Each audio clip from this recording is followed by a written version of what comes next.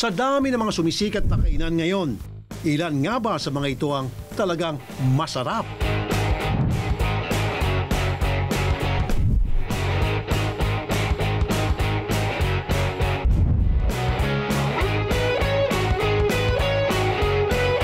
Para sa mga parokyano ng mga karinderya, masusukat mo raw ang linamnam na mga lutuin.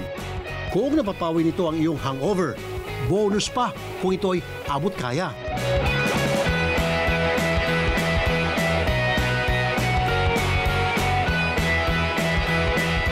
At ang isa raw sa mga nangunguna sa pagpawi ng pagkahilo ng mga lasenggo, ang sikat na nilagang pata ni Tatay Bonjing.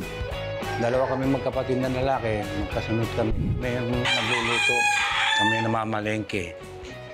Ngayon, yun hanggang sa natutunan ko. Pero nung mag-umpisa ako rito, nagkakatay kami ng baboy dito sa banda rito. Yung mga buto-buto binibigay sa akin, doon ako nagsimulang magtinda. Tulad ng ibang nagninegosyo, hindi naging madali ang simula nila Tatay Bonjing. Siyempre, sa unang mahina, nagtyaga-tyaga kami mag-asawa. Mag-umpisa kami ng alas 6 ng umaga. Tatapos kami alas 7 ng gabi, doon na kami kumakain.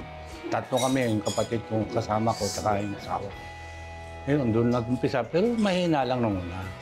Siyempre, magtsatsaga kayo. Kaya, labis na lang ang pasasalamat ni Tatay Bonjing sa mga nagpasikat sa kanyang mga putahe online. Kahit daw kasi ang mga walang hangover, nakikipila na rin. Siyempre, yung pag-interview sa akin ng vlogger, lumakas ng bagay ang tinda ko, malaking bagay na napalakas nila yung hanap buhay ko. Pero, ang ikinalulungkot lang daw ni Tatay Bonjing, mas mataas pa rin daw ang kita niya noon dahil sa taas ng presyo ng baboy ngayon. Mura ang baboy noon ngayon doble ang halagay. Dati 100 lang ang ribs, 50 lang, naging 70, hanggang naging 100.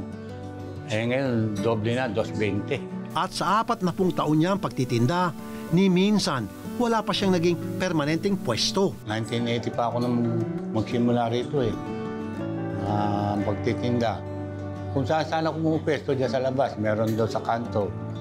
Minsan nasa tabi ako ng barangay. Palipat-lipat ako, pero dyan lang sa orketa.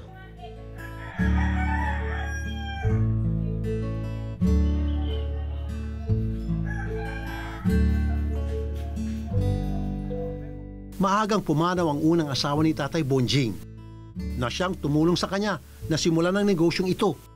Pero suwinerte din naman siya sa kanyang pangalawang asawa. Magsasampung taon na kami nagsasama. Natutulungan niya ako malaking bagay. Nagsasama kami, nagkakaroon kami ng pagkakaunawan. Pati ang mga anak ng bago niyang asawa ay talagang tumutulong sa negosyo. Ako nga, nagpupunta ng palengke, ako kumuha ng paninda ko. Pagdating dito, isasalang ko. Sila naman ang magbabantay. Sila naman ang ako naman, nandiyan lang sa labas. Bibili ng yelo, bibili ng itlog, magsasangan. Ngayon ang trabaho ko ito. Siya talaga kailangan ko pong tulungan dahil unang-una medyo may edad na po siya. Kaya nung nakilala po niya ako, nagtinda po kami ganyan. Hanggang magmula po, magna 9 years na po kami. Pero hindi ko po siya pinabayaan. Hanggang kahit na pong pukol sa kanya dahil sa negosyo niyang yan. Lalong-lalo na po nung sumikat talaga siya. Nung mag-viral siya. Maraming narinig. Pero ang sabi ko po sa kanya, laban lang. Ang mga parokyano nila, tila nayayamot pa nga raw kapag nagsasara sila.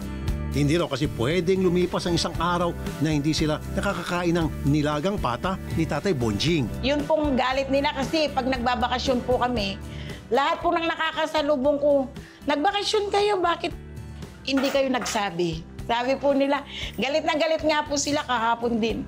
Sabi ko bukas meron na.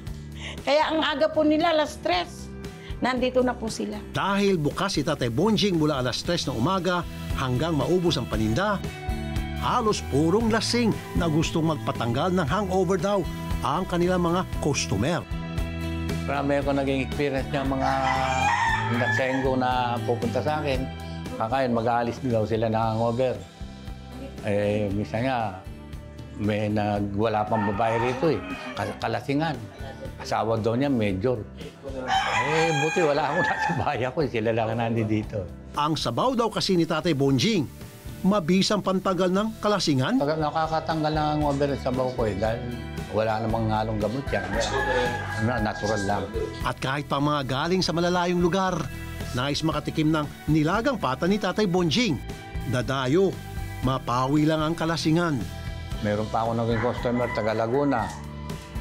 Tapos yung naging customer ko, pinamalayo sa Antipolo, nakabike lang siya, nagpunta rito, mag-isa.